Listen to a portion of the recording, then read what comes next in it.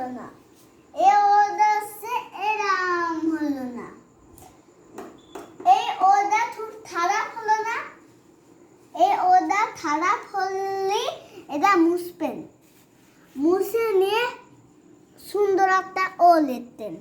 সে ওর এতে যে লিখতে তাদের নাম লিখতে হবে, যা লিখতে তাদের নাম লিখতে হবে। এস উল্টো এস উল্টো হলে লিখতে হবে এই দিক দিয়ে এই দিক দিয়ে এই দিক দিয়ে।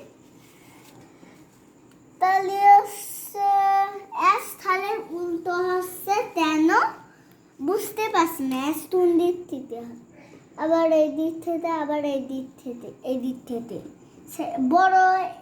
বড় এস হলো এটা, যদি